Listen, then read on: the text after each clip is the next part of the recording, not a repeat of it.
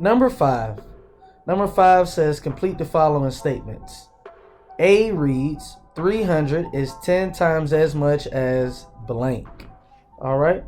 So let's go ahead and rewrite that. Let's write out an algebraic statement. 300 is 10 times as much as blank. We'll use a question mark. So if I want to figure out what number times 10 equals 300, I would have to do, or we would have to figure out what 300 divided by 10 is. Or we could write it as a fraction in fraction form. We could say 300 divided by 10. But we know when we simplify that 300 divided by 10 just makes 30. So our question mark, our question mark is equal to 30, which means that our blank is equal to 30. So when we read this, 300 is 10 times as much as 30. Okay, let's take a look at B. B says 40 is 10 times as much as blank. Well, 40 is 10 times as much as blank. If we want to figure out what the blank equals, or what the question mark equals, we have to do 40 divided by 10. Or we can say 40 divided by 10, which we know when we do the division that 40 divided by 10 is equal to 4. So 40 is 10 times as much as 4. Number 6. Number 6 once again says complete the following statements. A reads 20 is 1/10 of blank. So if we write this one out, 20 is 1/10 of means to multiply and then times the blank. Another way of looking at this, we could rewrite this to say that 20 is equal to some number, is equal to some number divided by 10. And really, if I wanted to know what the question mark is equal to, then to figure that out, I would do the opposite of dividing by 10. I would multiply the 20 by 10. And I know that 20 times 10 is 200. So our blank here is 200. So if we read that back, 20 is 1/10 of 200. All right, well, let's take a look at B. B says 400 is 1/10 of what? Of blank.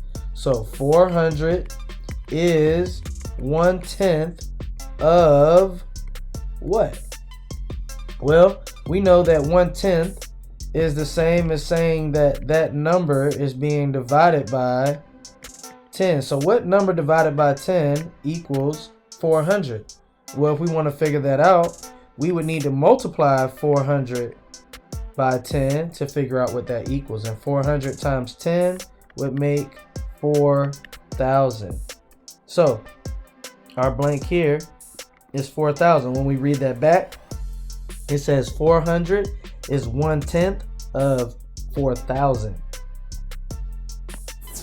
Number 7. Once again, number 7 asks us to complete the following statements. So A reads 3.3 2/10 is 10 times as much as blank.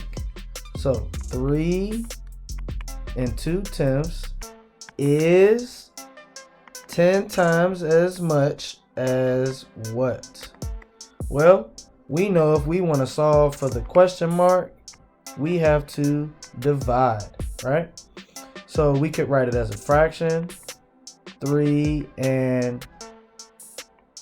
2/10 divided by 10, or we could write it as a division sentence, 3 2/10 divided by 10.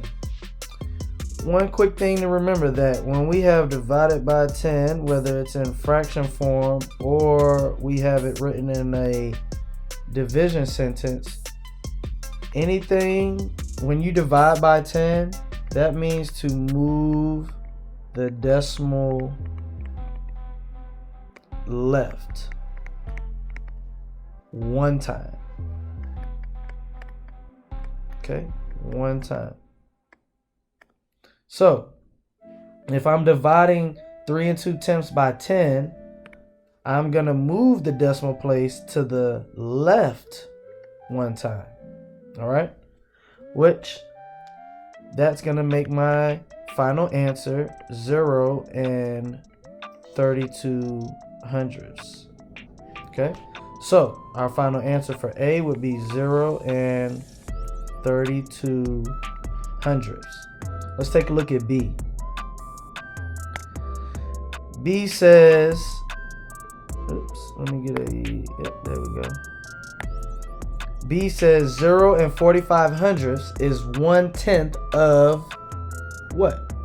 So 0 and 45/100 is 1/10 of, 1/10 of means to multiply by 1/10, and it says of blank. So we're looking for the question mark again. But if we rewrite this, we know that this really means some number divided by 10 is equal to 0 and 45/100, correct? Now, if I want to solve for my question mark, that means I have to multiply 0 and 45/100 times 10. And that's going to let me know what my question mark is equal to. Well, if dividing by 10 means move the decimal to the left, multiplying by 10 means move the decimal right one time.